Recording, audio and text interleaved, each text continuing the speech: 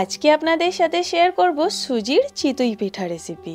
সুজি দিয়ে বানানো এই চিতই পিঠা খেতে খুব নরম তুলতুলে হয়।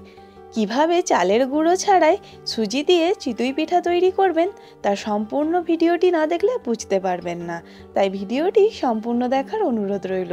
তো চলুন বন্ধুরা, আজকের রেসিপি শুরু করা যাক। প্রথমে চিতই পিঠা বানানোর জন্য আমি নিয়ে নিচ্ছি সুজি। আমি এখানে 200 গ্রাম সুজি নিচ্ছি। এই সুজিটাকে আমি অল্প জল দিয়ে ভিজিয়ে নিচ্ছি। এটাকে আমি মোটামুটি 5 মিনিট ভিজিয়ে রেখেছিলাম। দেখুন এখন সুজিটা অনেকটা নরম হয়ে গেছে। এই পর্যায়ে আমি সুজিটাকে একটা মিক্সিং জারের মধ্যে নিয়ে নিচ্ছি। আমি এটাকে ভালোভাবে বেটে নেব।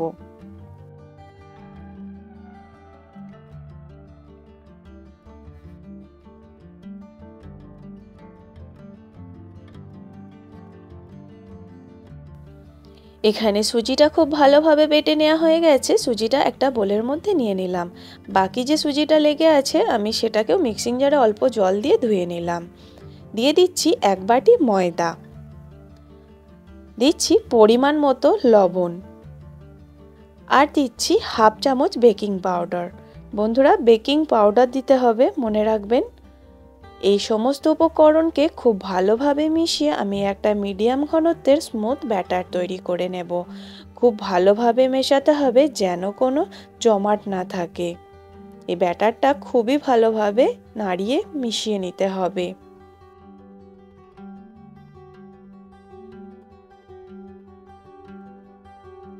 ব্যাটারটা আমি অনেকক্ষণ ধরে ফেটাচ্ছি। এখন এই ব্যাটারটা আমার একটু গাঢ় আছে, তাই অল্প জল অ্যাড করছি। আমি যেহেতু মিডিয়াম ঘনত্বের একটা ব্যাটার তৈরি করব, তাই অল্প জল অ্যাড করলাম। দিয়ে আমি আবারও এটাকে কন্টিনিউ নাড়তে থাকছি।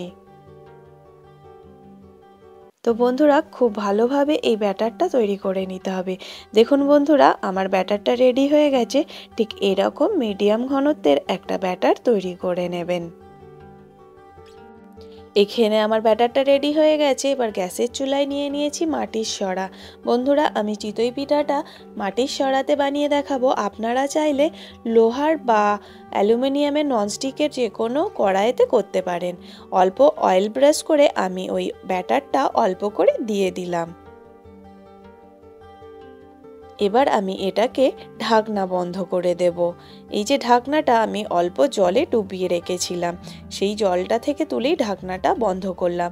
আর অল্প পরিমাণ জল এইভাবে ছিটিয়ে দিলাম, তাহলে খুব ভালোভাবে ভাপটা পাবে। এই পিঠেটা তৈরি করতে 2 থেকে 3 মিনিট সময় লাগে। আমি লো ফ্লেমে 2 থেকে 3 মিনিট পিঠাটাকে তৈরি করে নিয়েছি। দেখুন বন্ধুরা, পিঠাটা খুব সুন্দরভাবে ফুলেছে এবং সুন্দরভাবে উঠে এলো। আবারও আপনাদেরকে একটা পিঠা বানিয়ে দেখাচ্ছি। আমি আবারও এই সরাইয়ের মধ্যে অল্প পরিমাণ অয়েল ব্রাশ করে দিলাম। এবার এর মধ্যে দিয়ে দিচ্ছি অল্প পরিমাণ ব্যাটার। দিয়ে আমি এই ব্যাটারটাকে আবারও ঢাকনা বন্ধ করে দেব। ঢাকনাটা আবারও জলের মধ্যে ডোবানো ছিল, সেখান থেকে তুলি ঢাকনাটা বন্ধ করলাম। আর উপর থেকে অল্প পরিমাণ জল ছিটিয়ে দিলাম। দেখুন বন্ধুরা, একদম পারফেক্ট চিতই পিঠা তৈরি হচ্ছে। প্রত্যেকটা পিঠা একদম পারফেক্টলি রেডি হচ্ছে। খুব সুন্দরভাবে ফুলছে পিঠাগুলো, আর খুবই সহজে এটা উঠে আসছে কড়া থেকে। দেখুন বন্ধুরা,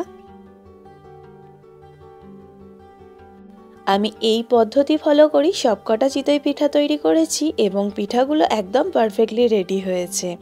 আপনারাও যদি এই পদ্ধতি ফলো করে বানান তাহলে আপনাদের পিঠাগুলো একদম পারফেক্টলি তৈরি হবে। তো বন্ধুরা, দেখুন পিঠাগুলো কতটা নরম হয়েছে এবং যতটা নরম হয়েছে খেতেও অসাধারণ হয়। একটা পিঠা আপনাদেরকে ভেঙে দেখাচ্ছি। দেখুন বন্ধুরা, ভেতরটাও একদম পারফেক্টলি রেডি হয়েছে। তো বন্ধুরা, রেসিপিটি কেমন লাগলো অবশ্যই কমেন্টে জানাবেন। ভালো লাগলে প্লিজ লাইক করবেন, আর চ্যানেলে নতুন নতুন রেসিপির ভিডিও পেতে চ্যানেলটিকে সাবস্ক্রাইব করে পাশে থাকবেন। আজকে এখানেই শেষ করলাম, আবার হাজির হব নতুন কোনো রেসিপির ভিডিও নিয়ে। আল্লাহ হাফেজ।